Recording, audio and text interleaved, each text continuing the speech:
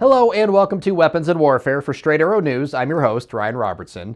This week we take a deep dive on one way the U.S. military is making sure it's ready for whatever the future holds. Staying in the fight means having the tools and infrastructure needed to outpace the enemy. To make that happen, the military and its civilian partners are turning to additive manufacturing. Think 3D printing turned to 11. And our weapon of the week is a 44-year-old veteran that is constantly being reinvented, the M1A2 Abrams main battle tank. But first, let's get to some headlines you may have missed. As the saying goes, better late than never. While the expected delivery of 2 new 747s that will assume the role of Air Force One continues to slide, now expected in 2027 and 2028, a brand new Marine One has finally landed. President Joe Biden took his first ride in the Sikorsky VH-92 Patriot on day one of the Democrat National Convention in Chicago. Originally contracted in 2014, the Marine Corps battled reliability issues as well as problems with the encrypted communication system in the helicopter. With those items finally addressed, the new copter took the president from Chicago O'Hare to Soldier Field for his inaugural flight on the Marine Corps' newest bird. And if you ask folks who've flown through O'Hare, the fact POTUS was able to get in and out without delays or a flight change, that's pretty remarkable too, am I right? Some big news for veteran-led startup Hypori. After helping the Army navigate a security-driven remote work directive, the virtual access provider landed 2 new contracts worth more than $16 million. Earlier this month, the Air Force inked a deal for $4.1 million to provide 10,000 licenses of Hypori's Workplace Anywhere program across the Department of the Air Force. A little more than a week later, the Army renewed its deal for $12 million, including an expansion to the Army Reserve and National Guard. At Soft Week 2024, Hypori President and CEO Jared Shepard told us how their software as a service allows military members and civilian employees to work using their own devices without the worry of having information compromised to would-be hackers or the government having access to the user's personal data. Our platform by design is a zero trust platform, so it assumes that your phone is already compromised. Whether it is or not doesn't matter. It assumes that it is. So it wants no visibility into your platform because visibility in itself is a form of trust. So you get to keep all of your privacy and the government gets to keep all of its information, or the corporation gets to keep all of its information. So it's a win-win for everybody. The Workspace Anywhere program opens for the Air and Space Forces this fall. And we have our first look at the Marines taking a spin in a hybrid aircraft called the Electra. Earlier this summer, the aircraft, named after its parent company, made a stop at Marine Corps Air Facility Quantico.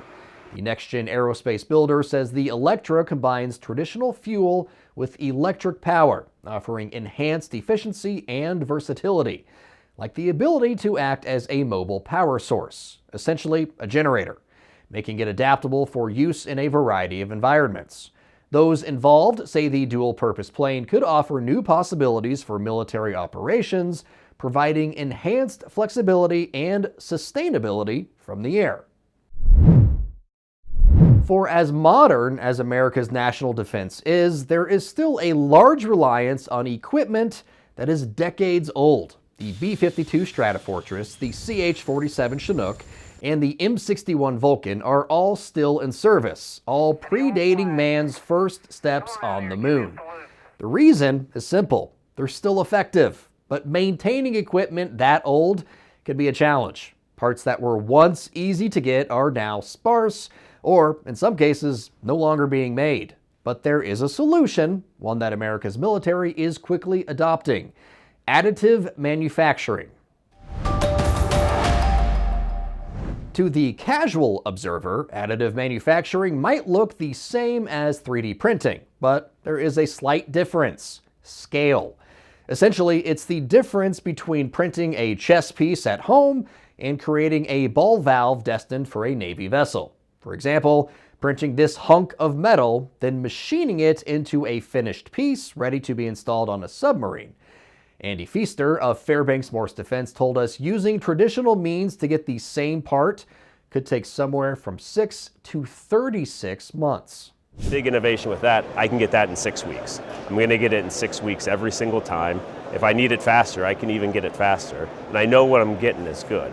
I might have to put a little more machine time in it, to take it down to what I see here, but it gives me that predictability and allows me to schedule and plan my work and increase our efficiency within our manufacturing environment.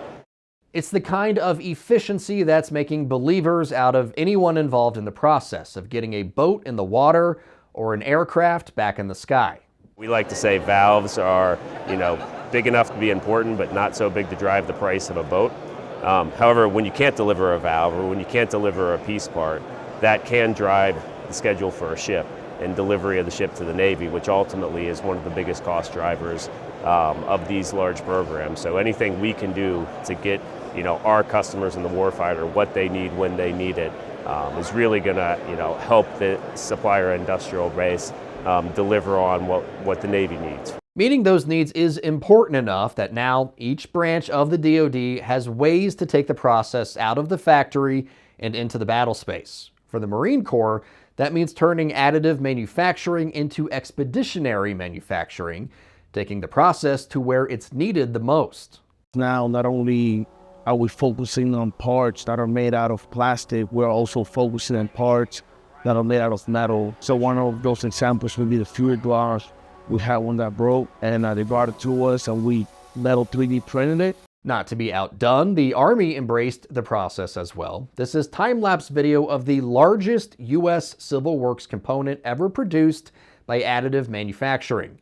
It's a Poe lockship arrestor used to safely and quickly halt a 100,000-ton vessel. Using conventional manufacturing would have taken 18 months. With additive manufacturing, it was done in 12 weeks, allowing the Soo locks between the Great Lakes border of the U.S. and Canada to reopen in March of 2024. The Air Force is getting in on the action too. In 2018, Hurricane Michael flattened parts of Tyndall Air Force Base in Florida. The devastation was so complete, the base is still rebuilding much of what was lost. In 2023, that included this printed facility for robotics research. It's the first of its kind on an Air Force base anywhere in the world. It does meet the new Unified Facility Criteria, which is the military building code for 3D printed structures, but this is the first 3D printed building that we know of, especially in the military, that actually meets what's called the Miami-Dade Wind Code standards. It's a trend that shows no signs of slowing down. According to Vantage Market Research, the additive manufacturing industry was valued at $14.5 billion in 2022 and is projected to reach a value of more than $69 billion by 2030.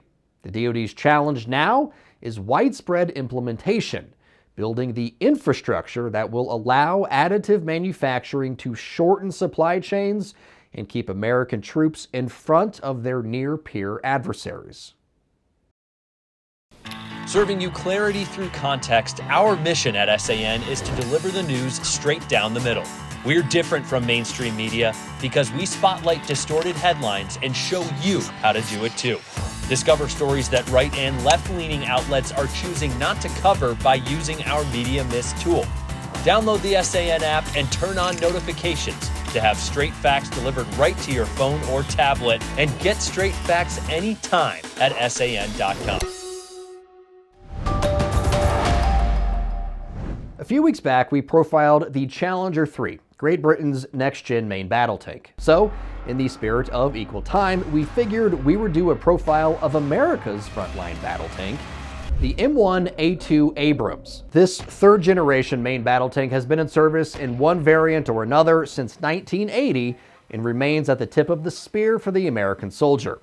Originally built by Chrysler Defense, now General Dynamics Land Systems, the M1A2's original incarnation, the M1, first rolled off the production line in 1980. 5 years later, the upgraded M1A1 variant entered the picture, with both eventually seeing action in Operation Desert Storm. 2 years later, the M1A2 joined the fray. Built for a crew of 4, the M1A2 brought some new tech to the fight, notably thermal imaging, a computerized fire control system, and reactive armor. Tipping the scales at nearly 70 tons, this version of the Abrams boasts a bit more firepower, like the 120mm smoothbore cannon, capable of bringing a wide variety of ammunition to the fight and can effectively engage targets at 3 to 4 kilometers away, or a little less than 2.5 miles. And oh yeah, it's also equipped with 2 M240 machine guns and a 50 cal M2 just for good measure. Recent upgrades include a commander's weapon station with a thermal viewer on the left side of the turret and an inter-vehicle information system that allows crews to stay in constant contact with other vehicles on the battlefield. Then there's the armor. The M1A2 SEP V3 is capable of withstanding hits from RPGs and even anti-tank missiles in some scenarios. The latest upgrades also give it superior shoot-on-the-move firepower and joint interoperability. Powered by a high-speed turbine engine, that's right, it has a jet engine, the M1A2 has a range of 300 miles and is capable of hitting 42 miles per hour on the open road or 30 miles per hour when headed cross-country. While it's no one's idea of a fuel-efficient piece of the Army's warfighting arsenal, its firepower and heavy armor ensures the Abrams still holds a significant place in armored warfare. Time now for comms check, and since it's been a minute since we opened the old mailbag, we thought it was a good time to see what you, the viewers, had to say. So, without further ado, let's go ahead and get it started. About our episode on the Lockheed Martin F-35 assembly facility, Ron John 8654 says there is suffering all over the world and we spend our taxpayer money on these evil machines. Let me start right off and say machines have no sense of morality and therefore cannot be evil. Their operators might be, but not the machines. Secondly, and I spoke to this a couple weeks ago in my wrap, if you want peace, prepare for war. And if a dictator or despot, who can be evil, orders a massacre, then these very same machines, Ron John, may be exactly what we need to prevent suffering. Diplomacy only works if the other side is interested in being diplomatic. Next up, a comment on our reporting of a new agreement between the US, Japan, and South Korea for maintenance, repair, and overhaul work on ships under the Military Sealift Command. Mr. Sunny Truth 8021 writes, "Now, come on, man. Those jobs are supposed to be taught and done right here in America. That no wonder why we have so much crime and so many homeless."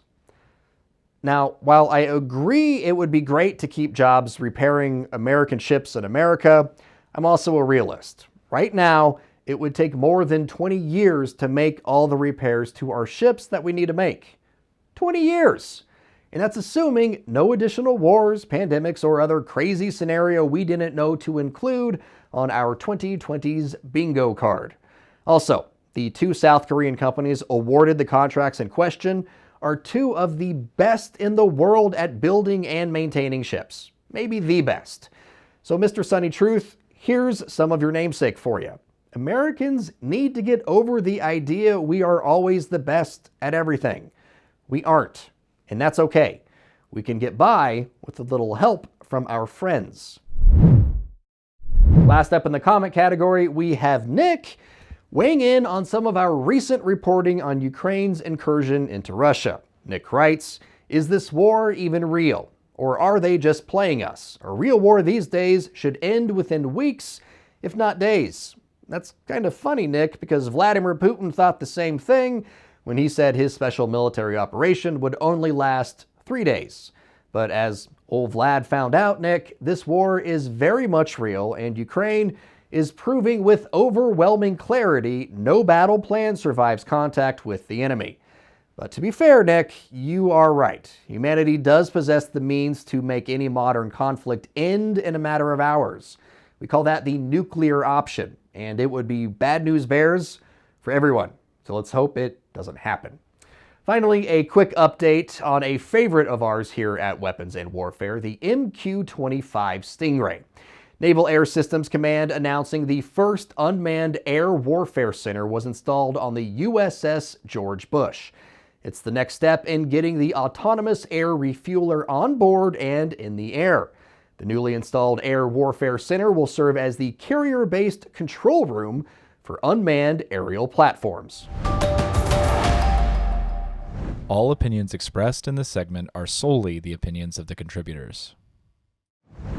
Okay, time to wrap it up here at Weapons and Warfare. Remember, if you want to share your thoughts about something that you saw here, you can do that. You can talk to us through all of our social media feeds, which you can see down here below, or you can send us an email if you're so inclined, weaponsandwarfare@san.com. I want to close this episode by sharing my thoughts on a couple of pictures from the war in Ukraine, or should I say the war involving Ukraine, since the fighting is now spilling over into Russia as well.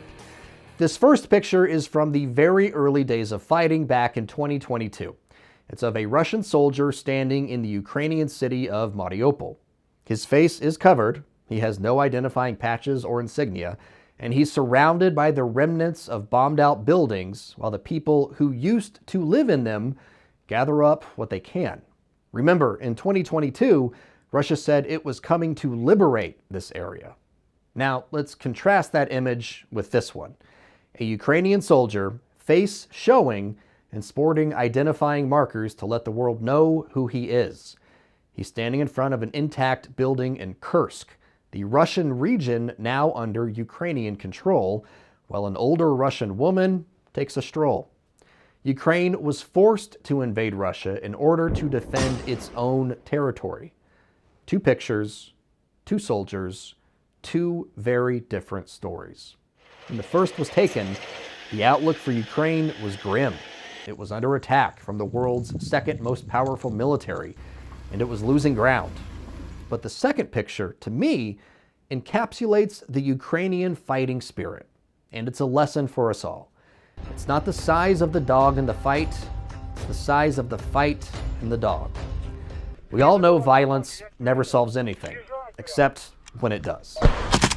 Sometimes, when you're in the middle of a fight, especially one you didn't ask for, the only way out is through. Ukraine was and is outmanned. Russia remains the larger military force, but its soldiers don't really want to be there. It's Ukraine that holds the fighting spirit, and for me, that will be the difference between its victory and Russia's inevitable defeat. Slava Ukraini! For senior producer Brett Baker, video editor Brian Spencer, and graphic artist Dakota Batillo, I'm Ryan Robertson, Straight Arrow News, signing off.